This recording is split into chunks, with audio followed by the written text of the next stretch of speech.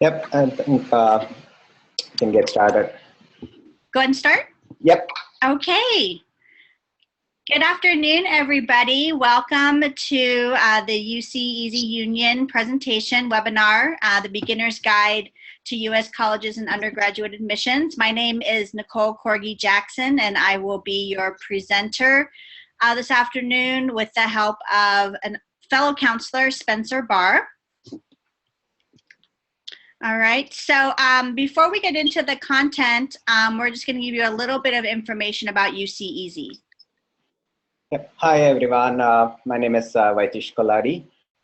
Myself and Vinny Gupta, co-founder, we started this UCEazy. So our UCEazy stands for Universities and Colleges Admissions Made Easy. Right? Our primary vision is to demystify the college admission process for families everywhere by providing access to top quality and easy to access resources and experts. So we hope to support all families through a combination of free and paid solutions. The solutions are three types of solutions. It's Toolbox. It's a family of free web applications that can be used for the kids to go through this college admission process. I can give you a few examples, like, we have Organizer. It helps you keep track of all the key dates in the college application process, and the GPA calculator, test score reporter. So there are a bunch of free tools. It's all the software-based web application. It's completely free for all our users. And we do conduct all the free educational events. That is actually just like this webinar. We organize weekly webinars on different aspects of the college admission process. Our world-class college admission experts host these webinars. This topic includes financial aid, essays, college list, and campus visit, etc. The webinar recordings are available for offline viewing, so that you can always check it on our website. And lastly, but this is a great thing for us to specify, that's Union. It's a network of experts of college that provide consultation over video platform. These experts go through a very rigorous interview process, and before they listed on our UCEazy Union. And we offer different consulting services.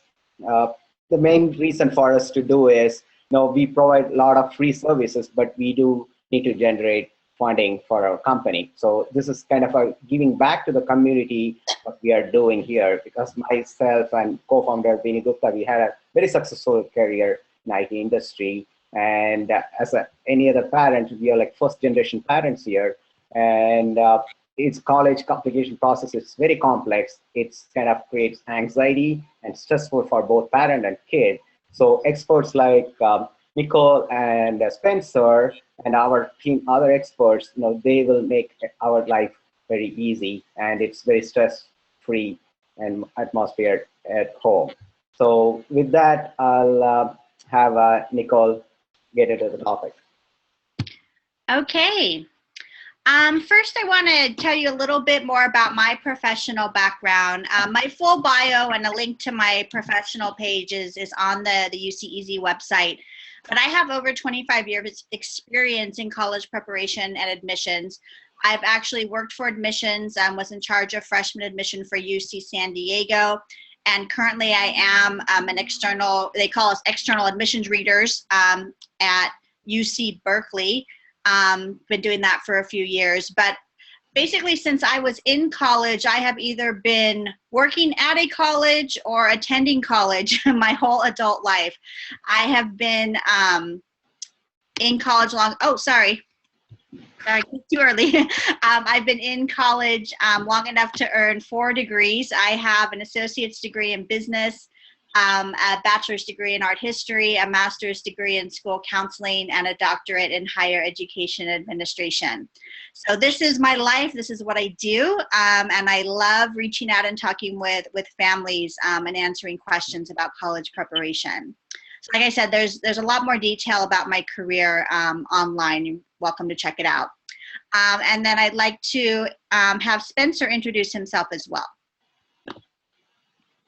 Hi, everybody. My name is Spencer Barr.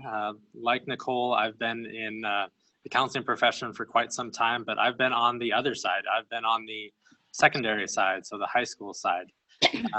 I am a native to California, born and raised, with a school counseling and PPS credential. I was given our school's College and Career Center about 4 years ago to sort of redesign and rebuild and retool. And so I'm in the process of that long process of developing a comprehensive counseling and college and career program. Experience with thousands of students, helping them get into any range of colleges, from 2-year community colleges all the way up to Ivies and international schools as well. But probably the thing that I'm most proud of is, you might see on your screen there, I have a little 2.5-year-old daughter, and she is fantastic. She is definitely my life right now, especially 2.5. And I hear all the time from parents and students that a couple of my strengths are definitely passion and persistence. I can be kind of annoying sometimes if you talk to some of the parents I work with. And that's a little bit about me. Before I hand this back to Nicole, I'm going to be sort of on the back end answering questions. So if any questions pop up during Nicole's presentation, please feel free to put them in the chat, and I'll try to answer them a little bit on the backside. And then if there are enough of the same type questions, then I'll try to interrupt Nicole a little bit, and then we'll answer them together. All right, thanks very much. And please take a moment to answer your poll questions too, please. Yeah, a little box should have popped up on your screen with a poll, so please answer those few questions and submit. Okay. All right, this is our agenda for our webinar today. We are going to talk about the different types of college degrees, types of colleges, quick look at cost of attendance, and some other key terms that has to do with college in the United States. Now, if you do have questions, please type them in the chat box, and Spencer's going to be busy typing away, answering as many questions as he can. And then we will save time at the end as well. And also remember that this presentation is or will be available online, so you don't have to worry about missing anything. You can always go back and take a look at the information. Yep, I can see the questions are coming in already. All right, here we go. Okay, so the big picture, all right, the United States is large, okay, which means we have a lot of colleges. There are over 4,000 formally accredited colleges in the United States. So take a minute and just, to yourself, think about how many colleges do you know the name of? Even if you think you know a lot of schools, even like myself, I could, if I really had to, I could probably sit down and physically write out the name of maybe, I don't know, several hundred colleges across the United States, just off the top of my head. So there is a big world out there. So what we want to do this afternoon is kind of put it into perspective and explain how the different systems work. All right, so first of all, I wanted to clarify with everybody so you understand kind of the progression of degrees here in the United States, all right? Typically after high school, the student will go in one of two directions for college. They will either start out pursuing an associate's degree, and that may be their end game, or they pursue an associate's degree in hopes of then transferring to earn a bachelor's. And that's usually done at a community college. But the majority of students, and especially those that are working with UCEazy, are more interested in skipping that first step and going straight to the 4-year bachelor's degree type of institution. So that's what we're going to focus on today. So out of high school, we go straight for the bachelor's, and then after the bachelor's degree is graduate school or master's and PhDs.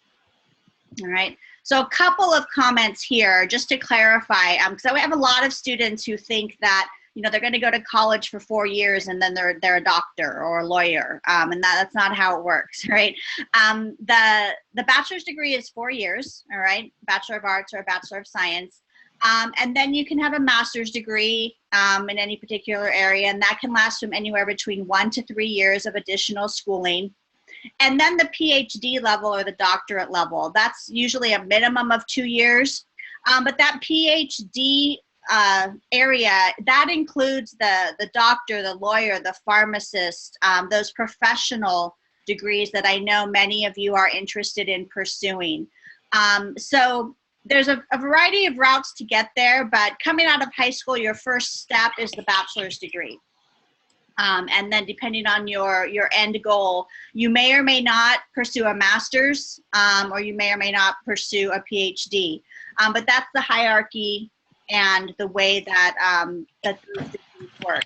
So like I said in my introduction, I actually went through the full pyramid. I started at a community college and earned an associate's degree, and then continued on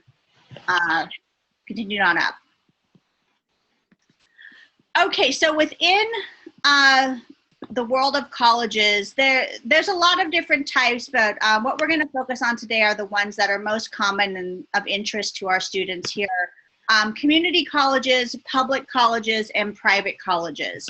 And I threw in there on the screen the term Ivy League under the private college, because I know that's a real popular set of colleges that people think are kind of their own system, but they're really just one segment of the private college area.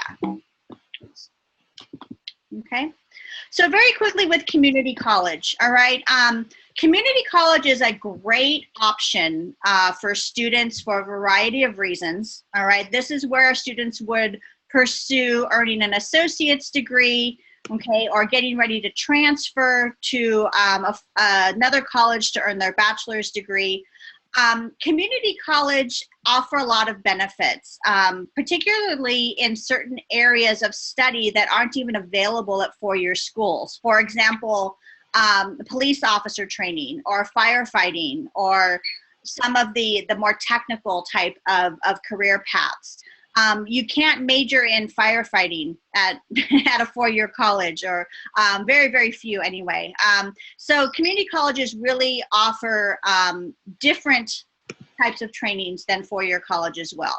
There's also many, many more community colleges around the country. They're usually located in pretty much any, even minor cities, but definitely major cities. Not all major cities have a lot of choice in four-year, but they'll have several community college options. Community colleges typically are smaller in size. They don't usually offer housing. They're typically less expensive.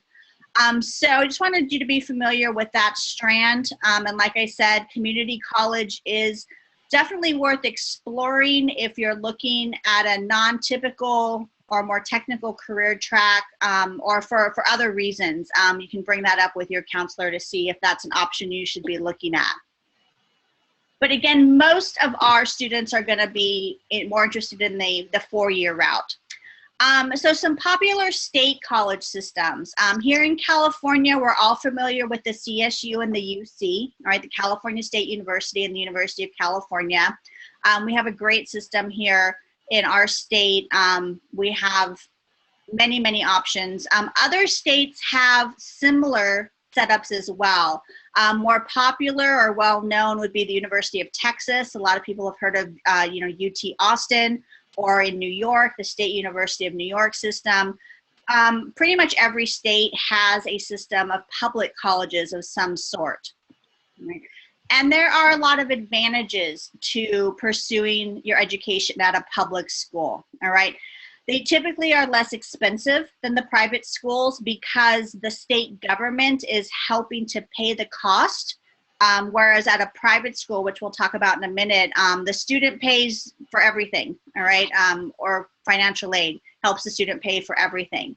Whereas in California with the UCs and the Cal States, they're significantly less expensive because the state of California is putting in some money towards that.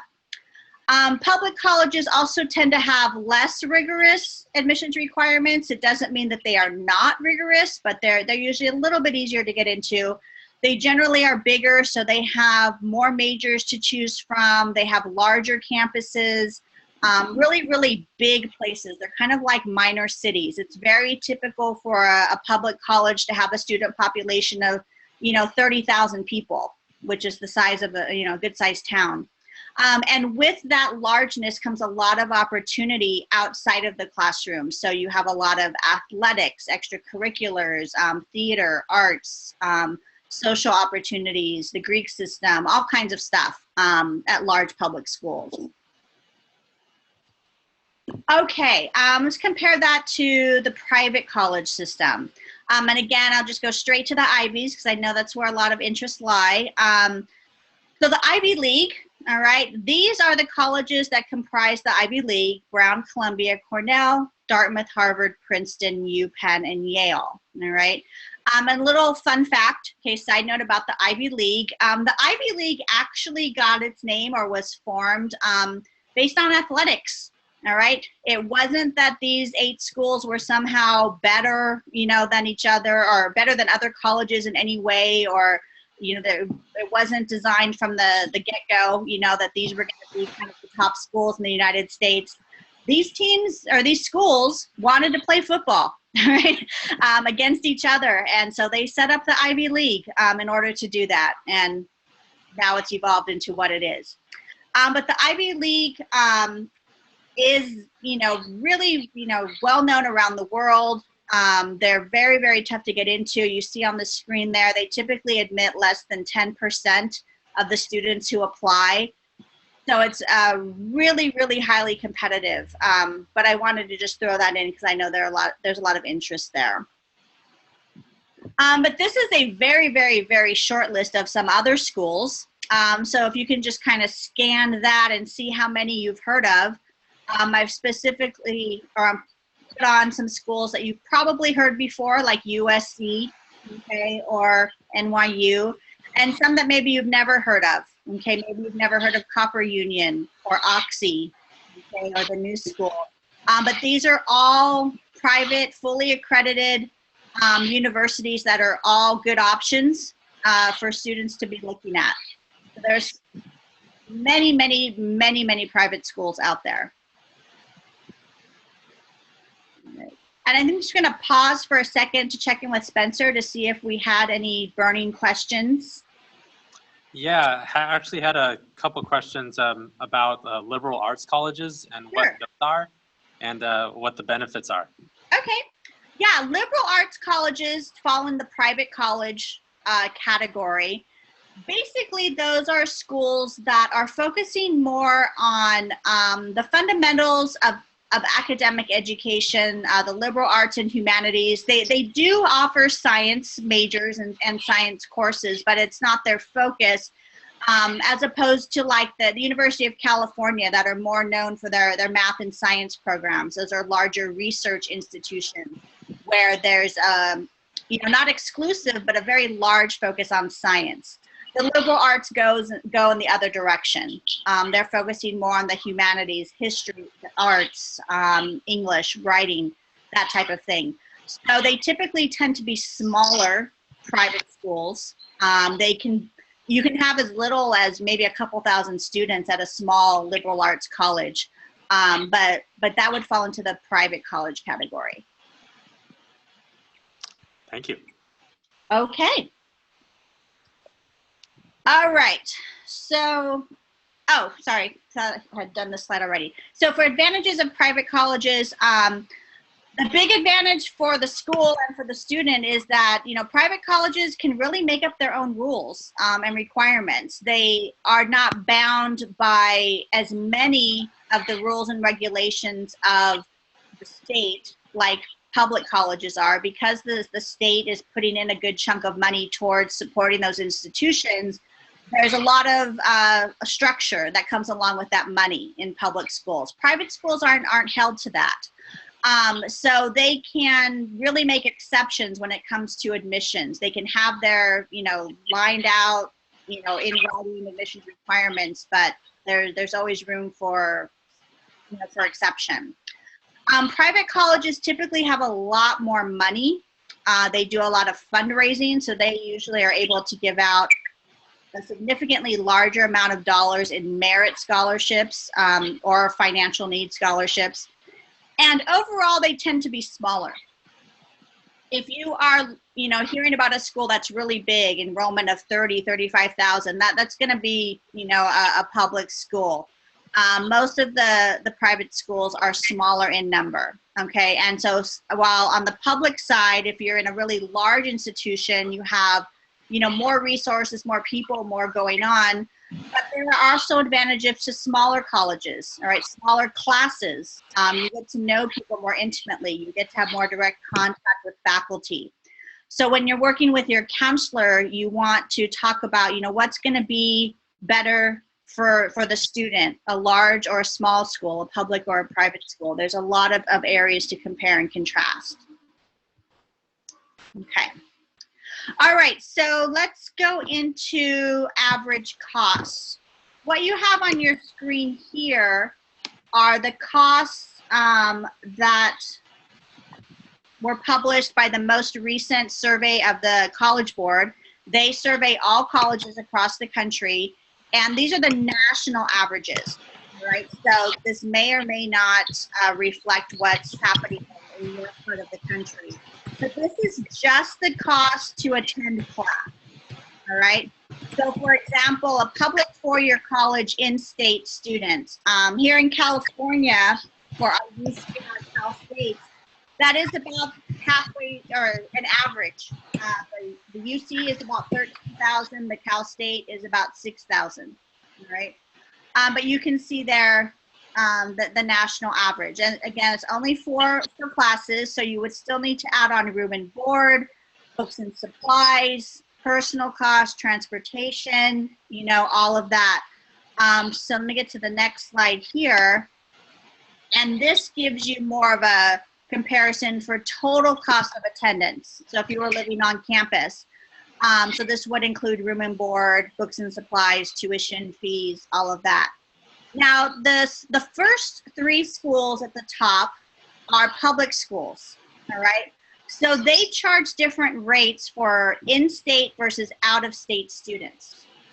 And this is, again, due to the fact that the state is helping to put in some of the funds. So, for example, if you live in California and you want to, or you attend UCLA, your cost of attendance for 1 year, all inclusive, would be about $34,000. All right, the state is putting in some money on top of that, and the reason why you get to have that or that benefit is because your parents or your family, you live in state, there's tax money going towards that. If you come from out of California, the state doesn't give that subsidy for that particular student. So if you're coming from New York or Arizona or Michigan and you go to UCLA, your charge is going to be about $60,000, right? And then going the other way, all right? If you're here in California and you want to go to University of Texas in Austin, leaving California to go to Texas, it's going to cost you a little over $60,000 per year because you're not getting the Texas state subsidy. So that's the difference there between in-state and out-of-state. There usually are really significant increases when you leave out-of-state, right? The bottom four schools, however, are all private schools. So private schools tend not to have a difference in cost, again, because they don't have that large amount of state money coming in. So if you get into Yale from any city, any state in the United States, it's going to cost you about $68,000, okay, to go to Yale. And this is, remember, this is for 1 year, okay? This is each year. Now this is the sticker price, all right? It doesn't always mean that you're going to have to write a check to Yale for exactly $68,230. But that's how the school kind of gives you a starting place on what it's likely to cost. Some students or families pay significantly less. Some pay a little bit more. There's a lot of variables that go into the final cost of attendance. Variable factors include, are you going to live on campus? Are you going to have a roommate? What major are you going to have? Some people don't think about how expensive books can be in different majors. You know, a typical book for a business student, you know, for an econ book can cost $200 just for one book. If you're an art student, you're going to spend a lot of money on supplies. So there's a lot of factors that go into the total cost of attendance. Spencer, were there any questions popping up about cost? This is usually a big area. Yeah, you definitely answered a couple of them. Okay. One good question is about for the average household that won't qualify for grants or any need-based aid, how much would you expect to pay for college for one child for 1 year? It depends. It depends on whether you're looking at a public school, a private school, in-state or out-of-state. So if I go back to this slide, this would be, like I said, a national average. But it's just for tuition. So there's no one answer for that. It really just depends on what schools you're looking at. And that's part of the process, you know, when you're working with your counselor and coming up with that college list, is taking a look at not only admissions requirements, but also how you're going to pay for that. Yeah, and one more thing I always advise students too is that when you're looking at the cost of attendance, also factor in how many times you think you want to come home during the year. Exactly. Because that can be, if you're a plane ride away, or if you're a train ride or a car, you have to factor in that cost as well. Absolutely. Okay. All right. Want to also just review very quickly the basic admissions requirements, or what you need to look at big picture wise as far as preparing for your application. So there were two sections of requirements, and this is my own organizational scheme here: primary and secondary.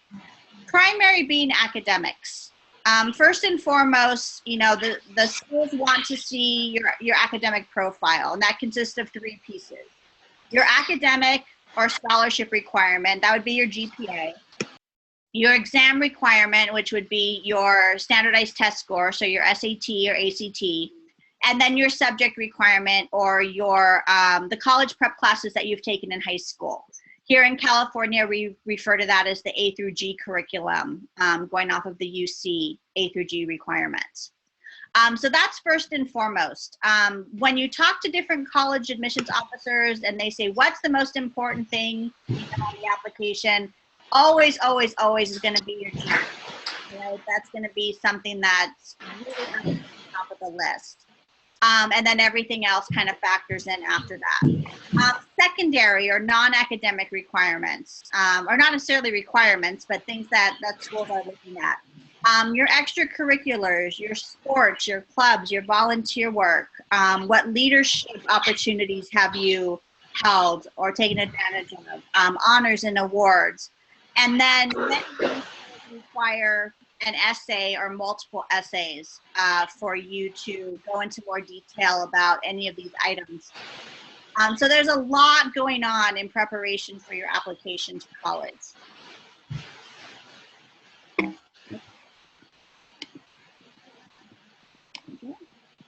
Okay.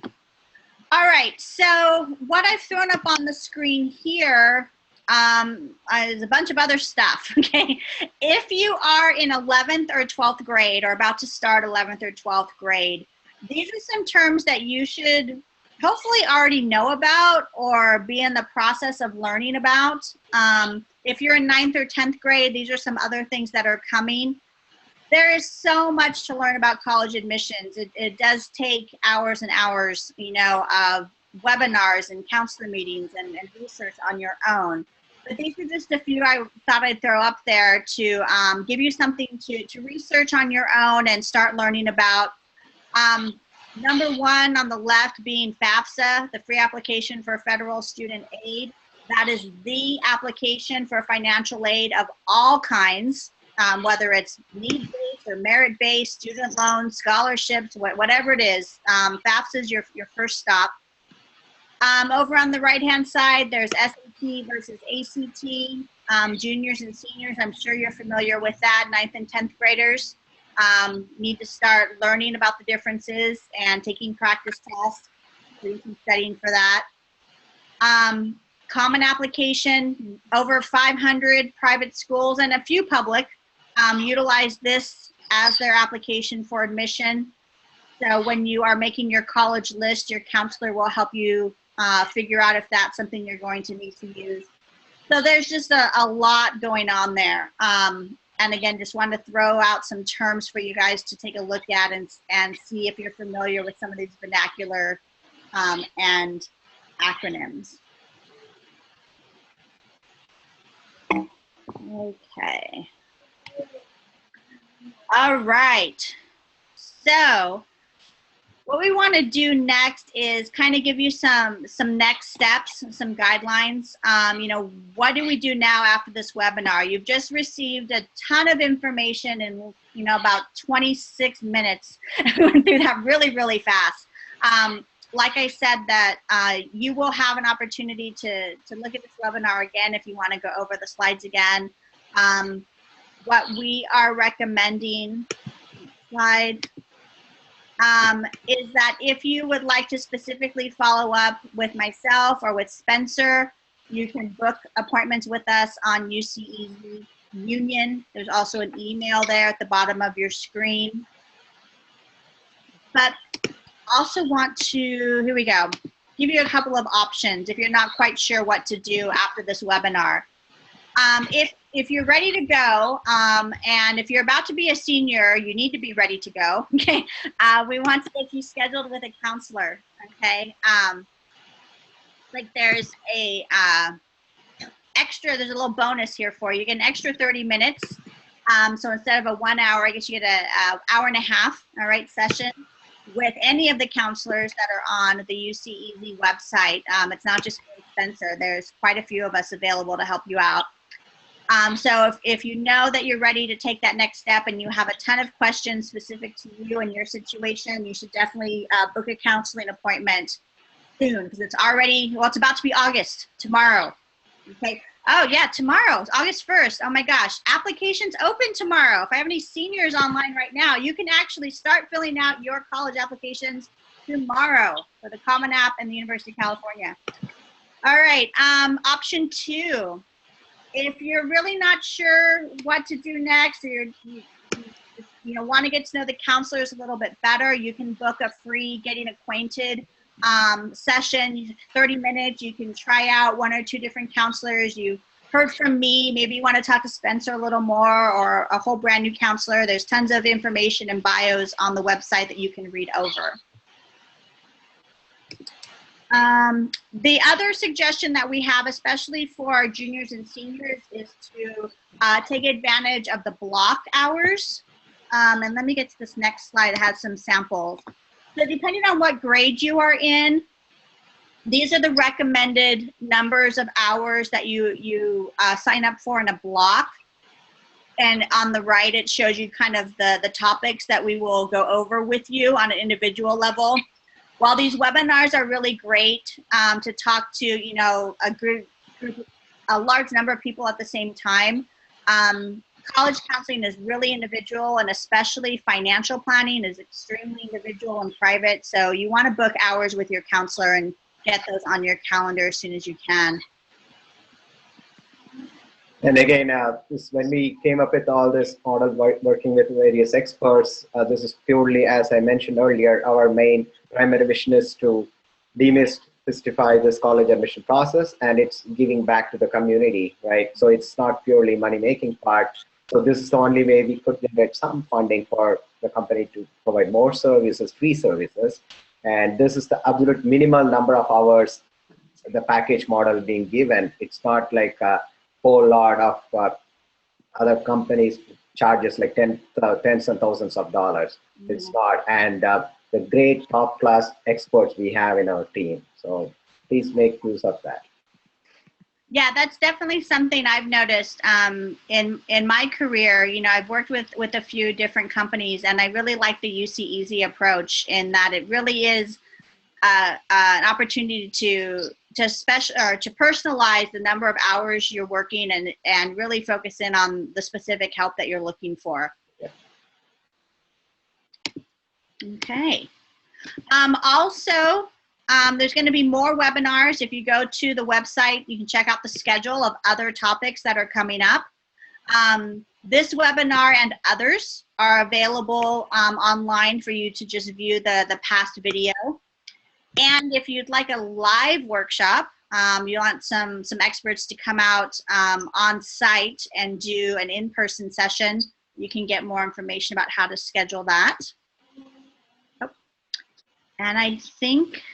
Yep, it's already on. Yeah, oh, it's already on. Okay, so what we're going to do now is open up for more questions. I was constantly seeing that question box flash as we were going through. So Spencer, do you have some more questions we can throw out? Yeah, definitely. So a good question that just came in is in regards to private colleges. If I have a relative that either has attended there or works there, could that potentially help me in terms of admissions? Yes and no, it depends. It really depends on the individual school. That's known as a legacy, all right? So some schools are still really big on legacy, but others aren't. And others are in the process of changing. For example, here in Southern California, USC, University of Southern California, used to be really big on legacy. Like if you had a mom or a dad or a grandpa or an uncle or somebody who went to SC, you were as much as in, okay, when you applied. But over the years, the admissions, pool has gotten more competitive. So, legacies don't really have as much influence as they used to. So if you are exploring a college that you, have in your family, just ask, that's the best approach, call them up, or when you go on the campus tour, or, see them at your high school when they come to visit, you can ask them what part or how much of an impact a legacy might have on your application. Great. And then another one that's a good general question. What resources do you suggest if they're just getting started on the college search? Oh, wow. There's so much. Spencer, what do you recommend out of your Career Center? So out of my Career Center, I definitely, one of the things is my school is a Naviance school. Okay. Naviance is a really big nationwide program that works with a lot of middle schools and high schools to help students with the college and career searches. So we use Naviance really heavily. You listeners out there, ask your students or ask your schools if they're Naviance schools, because Naviance is a great program. If not, College Board Big Future is a great online web resource. And then, of course, we're talking to you from UCEazy, and UCEazy has some really stellar resources on their site as well. Yeah, probably for those of you who don't have Naviance, the Big Future is probably the best starting point. And that's, you just go to collegeboard.com, Big Future, and everything is there. For those of you who are more old school and want a book, something you can touch, just go to your closest Barnes and Noble. There's tons of books out there you can take a look at as well that have a lot of good checklists and getting started types of guidelines. But I definitely recommend that you also involve a counselor of some kind, whether it's the counselor at your school, someone from UCEazy. You need to have someone help you through it and guide you through the process. There's a lot to learn. There's a lot of things that you need to ask questions about. And a lot of times you can't get the answer out of a book or a website. Yeah, as Spencer and Nicole rightly mentioned, it's public school system. You do have counselors, but it's not in the scale of working individually with every single kid, right? That's one of the main reasons even we kind of are doing this kind of services. So I strongly would encourage people to work with consultants, at least for very limited hours, to get what kind of service you need. Okay, what's the next question? All right. Towards the beginning of your presentation, you had a slide that mentioned, actually it was toward the end of your presentation, a slide that that mentioned test optional schools. Yes. So if I'm a student that is just terrible at test taking, should I focus on those schools, or should I go ahead and try to take the ACT or the SAT? You know, test optional, what that phrase means is that the school has decided not to require students to submit SAT or ACT scores. Test optional means you have the option. You can send your scores or not. So that is definitely a strategy for students who have severe test anxiety, which there are many, many thousands of students out there who are great students, incredibly smart, really intelligent, deserve, you know, to go to a really great school, but they just really don't do the SAT. So test optional schools should definitely be something you look at, but not limit yourself to, all right? And again, it's optional. So if you're unsure, I would say go ahead and, you know, take the test, prepare for it and study and, you know, do your best. But if you're not happy with the scores or you don't think they truly reflect, you know, yourself as a student, then you can choose not to send your scores to those test optional schools. So for most students, however, you know, that really shouldn't be a deciding factor on whether or not you choose to apply to a college. It really should only be, you know, a deciding factor for students that really have bad test anxiety or really had some unfortunate situations with testing. Otherwise, most schools are going to look at your best test score, all right? So even if you take the test 4 or 5 times to get to your best score, that's the only one that's really going to matter is that best score. So, but test optional, and there is a website you can go to. It's called fairtest.org, FAIRTEST.org, and it will give you a list of schools that are test optional, okay, or don't require those exams. And that's an outside website, so you know the accuracy is pretty good, but you'd want to double check directly with any colleges that you might be, you know, getting ready to apply to, and just confirm their testing policy. Since you mentioned SAT and ACT, can you briefly describe for our audience what the difference is between the two? Oh, that's a whole nother webinar. Briefly, just briefly. Briefly, oh my gosh. Well, the scoring. Yeah, you know, this is a tough one.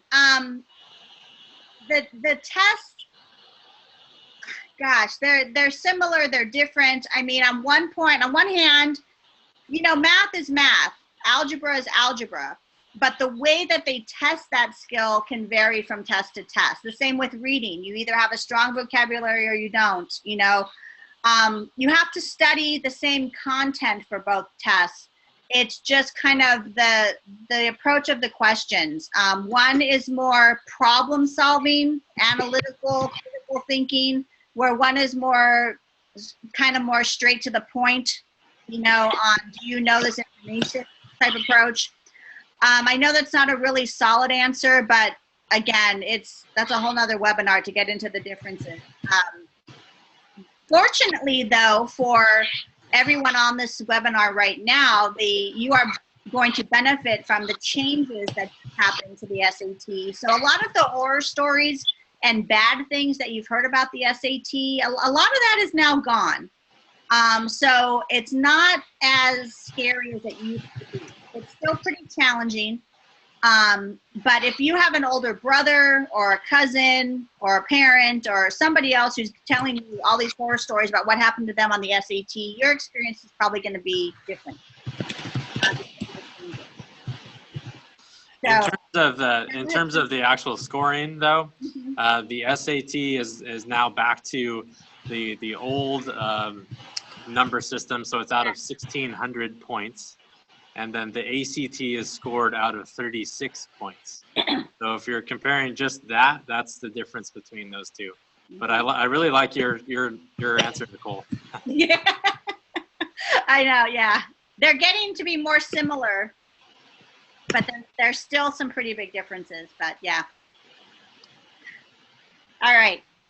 What All else? right, so let's end on this very simple question. Okay. How many colleges should a student apply to?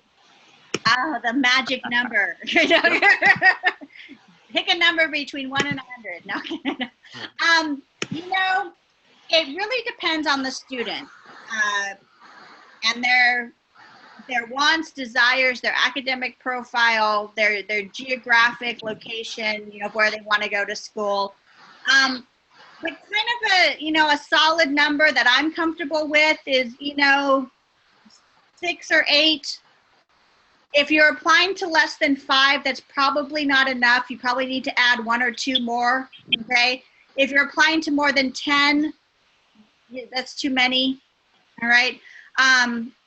So it's somewhere in there. There is no magic number that's the same for everybody. When you first start making your list, it's totally appropriate to have like 30 colleges on your list, right? Maybe even 40. Like, these are the schools I'm really interested in. These are the ones I like. And then you work with a counselor to, whittle that down. And then when it comes time, 6 or 8 should be sufficient. If you plan well and do your research and talk things out with a counselor, you really shouldn't need to apply to more than 10. That would really be, on my opinion, the high end. Some students need to apply to a couple more, maybe 12. But, you hear about people who are applying to 25, 28 schools. That's really not necessary if you're doing it right. Spencer, would you?